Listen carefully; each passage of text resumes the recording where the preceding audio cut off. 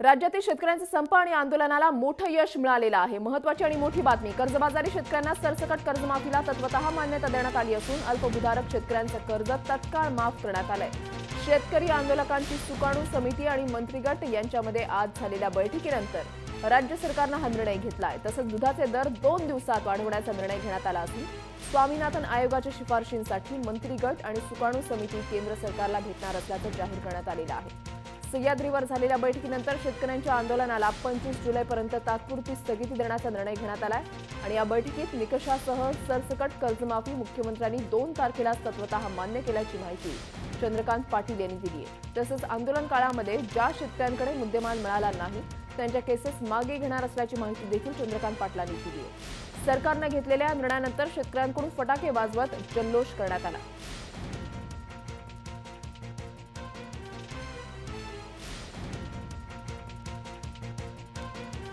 आपले प्रतिनिधी आहेत आपल्यासोबत राजू सोनावणे, अधिक माहिती जाणून घेणार आहोत। राजू, एक महत्त्वाचा आणि मोठा निर्णय, शेतकऱ्यांसाठी खूप चांगली बातमी। निश्चितपणे म्हणावं लागेल, शेतकऱ्यांसाठी हा दिलासा आहे आणि शेतकऱ्याच्या आंदोलनाचा हा विजयी प्रकार म्हणावा लागेल। कारण 1 तारखेपासून राज्यभरामध्ये आंदोलन अनेक ठिकाणी जाळपोळ झाली, बंद झाले आणि आज मात्र जे आहे सरकारने जी आहे ती घोषणा केलेली आहे, सरसकट कर्जमाफीची घोषणा केलेली आहे। सगळ्यात महत्त्वाची मागणी होती शेतकऱ्यांची, कर्जमाफी करा, कारण शेतकरी पिचलेला आहे आणि त्याच धर्तीवरती शेतकऱ्यांची कर्जमाफी जी आहे ती सरकारने केलेली आहे। मात्र ही तत्वता मान्यता दिलेली आहे। 25 तारखेपर्यंत जे काही मंत्री गट स्थापन केलेला आहे तो अहवाल सादर करेल आणि त्यानंतर काही जे काही अडथळे आहेत किंवा काही ज्या काही मुद्दे आहेत त्यावरती चर्चा केली जाईल आणि त्यानंतर 26 तारखेपासून संपूर्णपणे जाहीर कर्जमाफी होणार आहे। अल्प भूधारक असेल किंवा मध्यम भूधारक असेल, ह्या दोन्हीही शेतकऱ्यांची जी आहे ती कर्जमाफी होणार आहे। उद्यापासून शेतकऱ्यांना कर्ज मिळणार असल्याचं सुद्धा सरकारकडनं जाहीर करण्यात आलेलं आहे, त्यामुळे शेतकऱ्यांना दिलासा म्हणावा लागेल।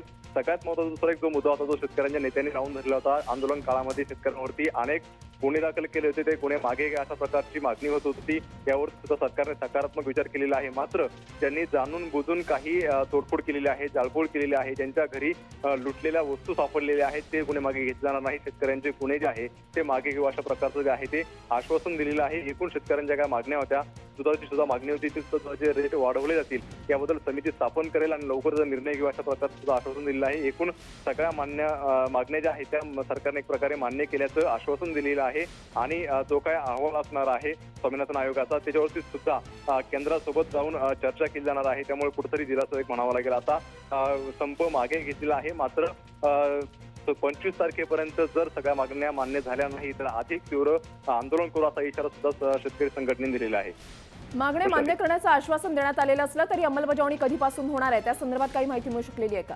अगदी बरोबर आहे, लवकरच हे आश्वासन किंवा मागण्या ज्या आहेत त्याचं प्रत्यक्षपणे मान्य केलं जाण्याचं म्हटलं आहे। मात्र उद्यापासूनच जे आहे कर्जमाफी होणार आहे, उद्यापासून कर्ज मिळणार आहे नवीन, कारण मागचं कर्ज माफ केल्याशिवाय पुढचं कर्ज मिळणार नाहीये आणि जर सरकारने उद्यापासून कर्ज मिळणार असं जाहीर केलं असतं तर थोडक्यात कर्जमाफी झालेली आहे अशा प्रकारचं एक रॅन्डमली आपण म्हणू शकतो। त्यामुळे कर्जमाफीचा मुद्दा जो आहे तो जवळपास काही प्रमाणावर आपल्याला पाहायला मिळतात। बाकीचा दुधाचे रेट जे आहे त्याच्यावरती समिती काम करत आहे आणि त्याच्यावर सुद्धा लवकर निर्णय घेण्याचं म्हटलेलं आहे।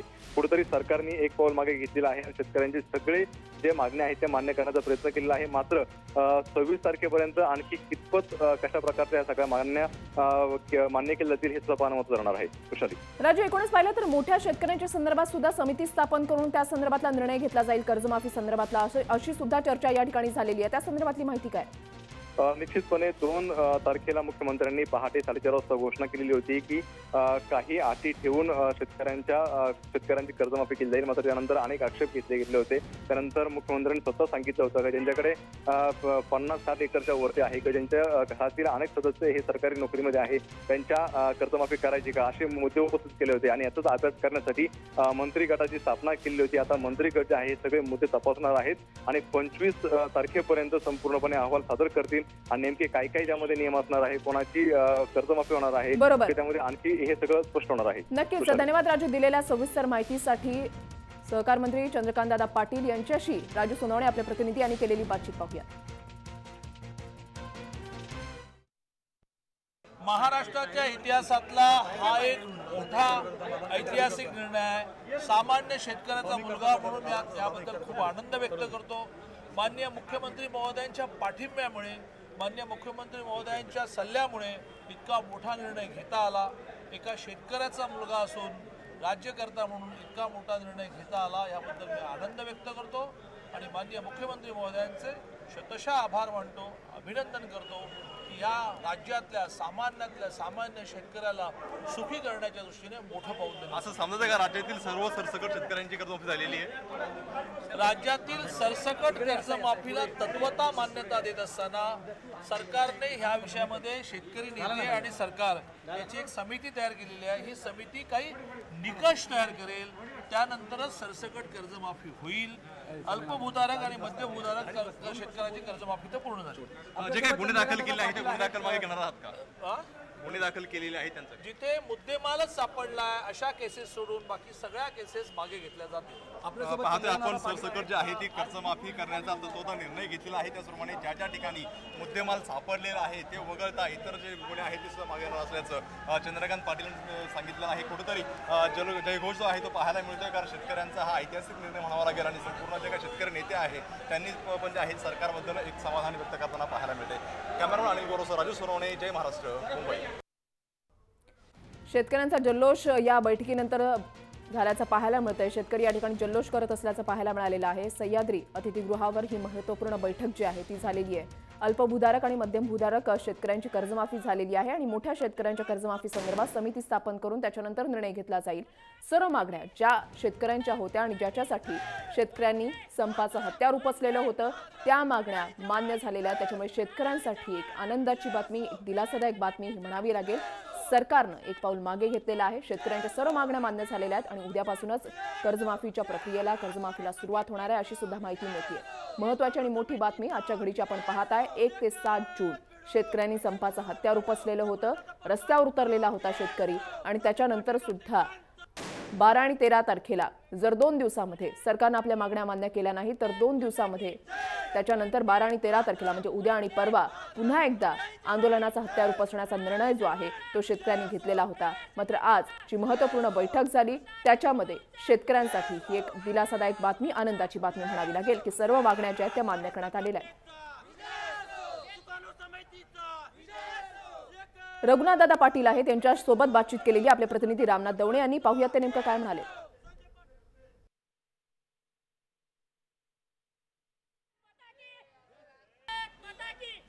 रघुनाथ दादा आपल्या सोबत आहेत. काय सांगाल आज ज्या पद्धतीनं महत्त्वपूर्ण निर्णय जो आहे सरकारनं घेतलेला आहे, कुठे ना कुठेतरी शेतकऱ्यांचं यामध्ये यश आहे असं म्हटलं जाऊ शकतं? शेतकऱ्यांचा संप होऊ शकतो आणि शेतकरी तो यशस्वी करून दाखवू शकतात हे जगाला आज शेतकऱ्यांनी दाखवून दिलेलं आहे. मुख्यमंत्र्यांनी आणि मंत्री समितीने अत्यंत सकारात्मक भूमिका घेतली आणि त्याच्यामुळं आजचं जे वातावरण हे प्रफुल्लित आहे आणि दिवाळीसारखं जे दिसतंय उत्साहित आहे त्याचं कारण सरसकट कर्जमाफी झालेली आहे आणि सरसकट कर्जमुक्ती ही आमची मागणी होती. दुसरं कर्जपुरवठा ताबडतोबीने सुरू होणं हे आवश्यक होतं. तेही आज आत्ता नवीन शेतकऱ्यांना कर्जपुरवठा सुरू होतो आहे. जून महिना आहे, आत्ता पेरणीचे दिवस आले, 15 जूनला शाळा सुरू होतील, सगळे खर्चाचे आकडे पुढं तोंड वासून होते आणि अशा काळामध्ये हा निर्णय झालेला आहे की ज्याच्यामध्ये आत्महत्येच्या कड्यावर उभे असलेल्या शेतकऱ्याला अत्यंत दिलासादायक हा निर्णय झालेला आहे. रघुनाथ आता महत्त्वाची गोष्ट म्हणजे सरसकट कर्जमाफी जी आहे याला तत्वता मान्यता देण्यात आलेली आहे. अल्पभूधारक आणि मध्यम भूधारक जे आहेत यांना दिलासा देण्यात आलेला आहे. 25 तारीख जी आहे डेडलाईन देण्यात आलेली आहे. डेडलाईन नंतर नेमकं काय भूमिका राहणार? 25 तारखेपर्यंत हे जे काही कर्जाची तत्वता म्हटलेलं ते नाही, सरसकट कर्जमाफी दिली. पण याच्यामध्ये काही गोष्टी अशा घडत आहेत की केवळ मी माझं शेतकरी आहे, 7/12 माझ्या नावावर आहे म्हणून माझं व्यापारातलं, दारूच्या दुकानातलं, इतर व्यवसायातलं उत्पन्न आहे, 7वा वेतन घेणारे आहेत, मोठमोठे आमदार खासदार आहेत की शासकीय तिजोरीतून मदत घेत असतात किंवा भत्ते उपटत असतात, पगार घेत असतात. अशा शेतकऱ्यांना कर्जमाफी व्हायला नको पाहिजे ह्या मताची आम्ही आहे आणि सरकारी आहे. तर ही जी स्क्रुटिनी आहे ही स्क्रुटिनी 25 जुलैपर्यंत हे सगळं बघणार आणि अशा लोकांना त्या यादीतून काढून टाकणार. बाकीच्या सरसकट शेतकऱ्यांना कर्जमाफी होणार. हे अत्यंत चांगली गोष्ट घडते आहे. आता महत्त्वाची भूमिका हीच का निकष समिती जर तयार केली तर शासनाने नेमकं कुठले निकष लावले आणि या निकष समितीमध्ये कोणाकोणाचा समावेश केला जावा काय वाटतं? निकष लावलेले आहेत ते हेच लावलेले आहेत की ज्यांच्याकडे प्रचंड संपत्ती आहे आणि अनेक मार्गाने त्यांनी संपत्ती उभी केली, परंतु केवळ 7/12 आहे म्हणून कर्ज काढायचं आणि माफ करून घ्यायचं, ही जी एक प्रवृत्ती वाढलेली आहे तिला आळा घालण्याचं काम याच्यामध्ये झालेलं आहे.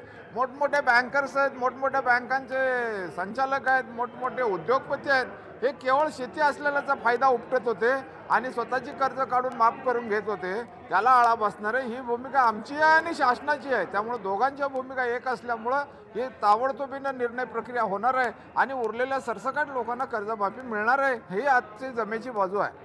कर्जमाफीसाठी राज्य सरकारनं महत्त्वपूर्ण निर्णय घेतला असला तरी महत्त्वाचा प्रश्न राहतो तो स्वामीनाथन आयोगाचा. स्वामीनाथन आयोग लागू करण्यासंदर्भात केंद्राकडे मुख्यमंत्र्यांसोबतही आपण जाणार आहात. काय नेमकी भूमिका मांडणार आहात आणि स्वामीनाथन आयोग लागू करावं केंद्राने यासाठी वेळ पडली तर आंदोलन करण्याची तयारी असणार आहे? याच्यामध्ये एक लक्षात घ्या की शरद जोशींनी या देशामध्ये शेतकऱ्यांना प्लस सबसिडी दिली जात नाही तर वजा सबसिडी दिली जाते म्हणून सांगितलं. आत्महत्येच्या कारणामध्ये टाटा इन्स्टिट्यूट ऑफ सोशल सायन्सेसने सांगितलं की या देशाचा कृषी मूल्य आयोग उत्पादन खर्च इतकाही हमी भाव शेतकऱ्यांना देत नाही म्हणून शेतकरी आत्महत्या करतात.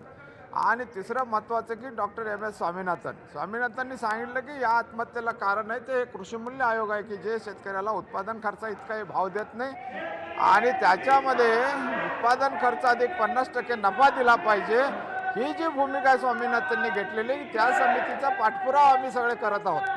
तर याच्यासाठी आज निर्णय झाला की हा काही राज्य सरकारच्या अखत्यारीतला विषय नाही आहे. तेव्हा मुख्यमंत्र्यांनी स्वतः कबूल केलं की शेतकरी शिष्टमंडळ घेऊन, शेतकरी नेत्यांचं शिष्टमंडळ घेऊन मी स्वतः पंतप्रधानांच्याकडे यासाठी यायला तयार आहे. तर ही अत्यंत जमेची बाजू आहे आणि पंतप्रधानांच्या बरोबर 2 हात करायला आज मुख्यमंत्री आमच्यासोबत यायला लागलेले आहेत. ही आज आमच्या दृष्टीने महत्त्वाची बाब आहे. प्रश्न हाच आहे की ज्या पद्धतीनं राज्य सरकारकडे कर्जमाफी करण्यासंदर्भात इतका लढा द्यावा लागला, केंद्र सरकारकडे या ठिकाणी स्वामीनाथन आयोग लागू करण्यासाठी मोठा लढा द्यायला लागू शकतो? लढा देण्याची गरज नाही आहे. सरकार आम्ही बदललेलं आहे. या सरकारने आता धोरण बदललं पाहिजे आणि आज आम्हाला पहिली प्रचिती आली की सरकार बदलल्यानंतर आजच्या बदललेल्या सरकारने अत्यंत सकारात्मक निर्णय घेतलेले आहेत. किंवा केंद्र सरकारमध्ये सुद्धा बदल जो झालेला आहे त्या बदलाचा जर परिणाम त्यांनी दाखवला नाही तर आज देशभरच्या शेतकऱ्यांच्या मनामध्ये या सरकारबद्दल कटुता निर्माण होत चाललेली आहे, ती वाढ होणार आहे. याची दखल त्यांना आता घ्यावी लागते. आजचा निर्णय त्यातूनच झालेला आहे हे लक्षात घ्या. आणि स्वामीनाथनचा जो निर्णय आहे, शेतीमालाच्या भावाचा जो प्रश्न आहे, शेतकरी आत्महत्येच्या बाबतीमध्ये स्वामीनाथननी जे म्हटलं, टाटा इन्स्टिट्यूटने म्हटलं, शरद जोशींनी म्हटलं, त्यापैकी सर्व गोष्टी आता सरकारला ऐकणं भाग आहे. आता इकडच्या तिकडच्या गोष्टी सांगून काही जमणार नाही. नक्कीच. तर या ठिकाणी शेतकऱ्यांच्या आंदोलनानंतर राज्य सरकारला कुठे ना कुठेतरी झुकावं लागलं. अशात आता पुन्हा एकदा स्वामीनाथन आयोगासाठी केंद्र सरकारही झुकेल आणि त्यासाठी जर सरकार झुकलं नाही तर तीव्र आंदोलन करण्याच्या तयारीत देखील शेतकरी संघटना असतील असं स्वतः या ठिकाणी रघुनाथ दत्ता सांगताना पाहायला मिळतात. कॅमेरामॅन महेश सह मी रामनाथ दवणे, मुंबई.